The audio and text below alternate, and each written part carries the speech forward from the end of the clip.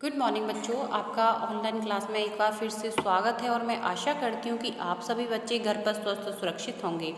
बच्चों, आज हम कक्षा 5 की हिंदी व्याकरण पुस्तक पंखुड़ी का पाठ 12 जिसका नाम है विराम चिन्ह का अध्ययन करेंगे।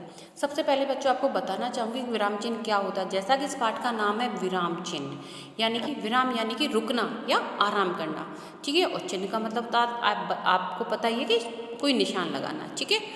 तो हिंदी में क्या होता है, हिंदी क्या इंग्लिश में भी होता है ऐसा कि हम जब कुछ बोलते हैं या लिखते हैं तो हमें थोड़ा विराम देना पड़ता है, और जब विराम देते हैं तो उसको दर्शाने के लिए कुछ चिन्ह भी लगाने पड़ते हैं, ठीक है। यदि इन चिन्हों को ना लगाया जाए तो जो लिखा हुआ है उसका कुछ और भी अर्थ निकल कर आ सकता है, इसलिए विराम चिन्ह लगाना अति आवश्यक है, ठीक है बच्चों। तो आज हम अपना पाठ 12 विराम चिन्ह का अध्ययन शुरू करते हैं। जब हम बातचीत करते हैं या कुछ बोलते हैं तो बीच बीच में कई जगह रुकते हैं। लिखते समय हमें यह रुकना दिखाना होता है। जब हम कुछ चिन्हों का प्रयोग करते हैं, यदि कोई वाक्य बोलते या लिखते समय ना रुकें तो वाक्य बोला या लिखा जाता है उसका अर्थ क्या होगा, बदल जाता है। इस विराम को दर्शाने के लिए जिन चिन्हों का प्रयोग किया जाता है उन्हें हम विराम चिन्ह कहते हैं। नीचे कुछ उदाहरण दिए गए हैं, उनको हम ध्यानपूर्वक पढ़ेंगे। जैसे ये है मेरी गुड़िया है, ठीक है। बेटा तुम क्या कर रहे हो। अब देखो यह मेरी गुड़िया है, हमारा वाक्य पूर्ण हो गया तो लास्ट में फुल स्टॉप लगा हुआ यानी कि पूर्ण विराम लगा हुआ, जो खड़ी पाई होती है हम उसको हिंदी में पूर्ण विराम बोलते हैं। और दूसरे में देखो बेटा, तो थोड़ा सा रुकना पड़ रहा है तो अल्प विराम लगेगा, यानी थोड़ी सी देर रुका जा रहा है। तुम क्या कर रहे हो। अब क्वेश्चन आ रहा है, प्रश्नवाचक आ रहा है तो एंड में क्वेश्चन मार्क लगा हुआ है, ठीक है। तो इससे तुम्हें समझ में आ गया होगा कि विराम चिन्ह कैसे लगाए जाते हैं। इस प्रकार हम कह सकते हैं कि वाक्य के बोलते या लिखते समय विराम को दर्शाने के लिए जिन चिन्हों का प्रयोग किया जाता है उन्हें विराम चिन्ह कहते हैं, ठीक है। कि वाक्य के बोलते या लिखते समय विराम को दर्शाने के लिए जिन चिन्हों का प्रयोग किया जाता है उन्हें विराम चिन्ह कहते हैं। जैसे हिंदी भाषा में निम्नलिखित विराम चिन्हों का मुख्य रूप से प्रयोग किया गया है। जैसे हिंदी में कौन कौन से हैं, तो बहुत सारे, लेकिन बच्चों आपकी पुस्तक में थोड़े ज़्यादा नहीं दे रखे हैं, कुछ ही दे रखे हैं, तो हम आज उनका अध्ययन करेंगे। पहला है पूर्ण विराम। देखो किस तरीके से लगता है, खड़ी पाई की तरह लगता है। अल्प विराम एक कॉमा होता है, जो हिंदी में इसको कॉमा ही कहा जाता है। प्रश्नवाचक को आप जानते ही हो। विस्मय आदि बोधक क्या होता है, एक लाइन की तरह डॉट लगती है, कि योजक चिन्ह जिसको हम हाइफन बोलते हैं। उद्धरण चिन्ह होता है इन्वर्टेड कॉमा, ये इकहरा भी होता है और ये दोहरा भी होता है, ठीक है। इकहरा उद्धरण कहाँ लगता है, कोई स्पेशल चीज़ होती है, जैसे रामायण, भारत, ठीक है, महाभारत, इनके आगे इकहरा उद्धरण लगेगा। और जो कोई बात किसी के द्वारा बोली जाती है वहाँ पर दोहरा उद्धरण चिन्ह लगता है। फिर आता है लाघव चिन्ह। लाघव चिन्ह होता है किसी चीज़ को छोटा संक्षिप्त करके जब लिखा जाता है तो लाघव चिन्ह लगता है। जैसे डॉक्टर जब हम लिखते हैं तो जब डॉक्टर का ड और बढ़िया की मात्रे लगाते हैं तो उसके नीचे भी बिंदी लगा देते हैं, तो वो क्या कहलाता है, लाघव चिन्ह, ठीक है बच्चों। अब हम इसको थोड़ा डिटेल में पढ़ेंगे। सबसे पहले हम पढ़ेंगे पूर्ण विराम। देखो ये खड़ा एक डंडा होता है, इसमें खड़ी पाई बोलते हैं इसको, और इसका कहते क्या है इसको, पूर्ण विराम। जहाँ वाक्य समाप्त होता है वहाँ पूर्ण विराम लगाया जाता है। जैसे भारत हमारा देश है, जहाँ वाक्य खत्म हो जाता है, जैसे भारत हमारा देश है, हमारा वाक्य पूर्ण हो गया तो पूर्ण विराम लग गया।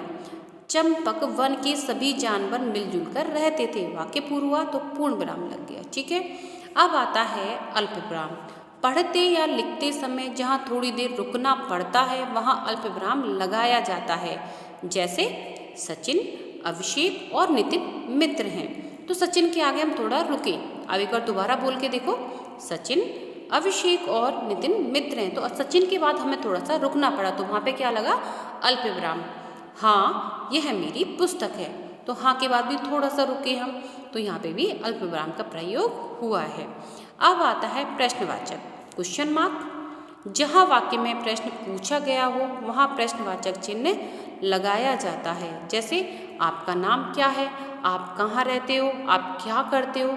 जब किसी से कुछ क्वेश्चन किया जाता है तो एंड में क्वेश्चन मार्क आता है, ठीक है बच्चों। मैं आशा करती हूँ कि आपको यहाँ तक समझ में आ गया होगा। अब है विस्मय आदि बोधक चिन्ह। आश्चर्य, हर्ष, शोक, घृणा, दुख, प्रेम आदि भावों को प्रकट करने वाले वाक्यों में विस्मयादि बोधक चिन्ह लगाया जाता है। जैसे यहाँ पर किसी को आश्चर्य हुआ हमें अचानक, या बहुत ज़्यादा खुशी हुई, या फिर हमें शोक हुआ, या किसी से हमें घृणा हुई। जैसे एक शब्द होता है छी छी, तो ये कैसा है? घृणा वाला शब्द है। आश्चर्य वाव, जिसे इंग्लिश में बोलते हैं वाव, यानी कि वाह। फिर ऐसे हर्ष, शोक के लिए, आदि चीज़ों के लिए। जैसे शोक का शब्द क्या है? हाय, इतना बुरा कैसे हो गया। तो आदि जो भाव होते हैं, यदि हम उनको प्रकट करते हैं तो विस्मय आदि बोधक चिन्ह लगाया जाता है। जैसे वाह, वाह के बाद देखो विस्मय आदि बोधक चिन्ह लगा हुआ है, खाने में मज़ा आ गया। और बाद में जब वाक्य पूर्ण हुआ तो पूर्ण विराम लग गया। फिर आता है हाय, हाय भी क्या है? कैसा है? शोक का शब्द है, तो उसके आगे विस्मय आदि बोधक चिन्ह लगा है। हाय में बर्बाद हो गया, और एंड में पूर्ण विराम लगा हुआ है। अब पढ़ेंगे हम योजक चिन्ह। योजक यानी जैसा नाम है कि जोड़ना, ठीक है। दोनों ओर के शब्दों को जोड़ने के लिए जो चिन्ह लगाया जाता है उसे योजक चिन्ह कहते हैं। जैसे माता पिता, लाभ हानि, इन दोनों के बीच में योजक चिन्ह लगा हुआ है, ठीक है। तो इन दोनों का एक दूसरे से जुड़ाव है। अब आता है उद्धरण चिन्ह, इन्वर्टेड कॉमा, एक गहरा और दोहरा दोनों टाइप के। उद्धरण चिन्ह का प्रयोग दो प्रकार से होता है।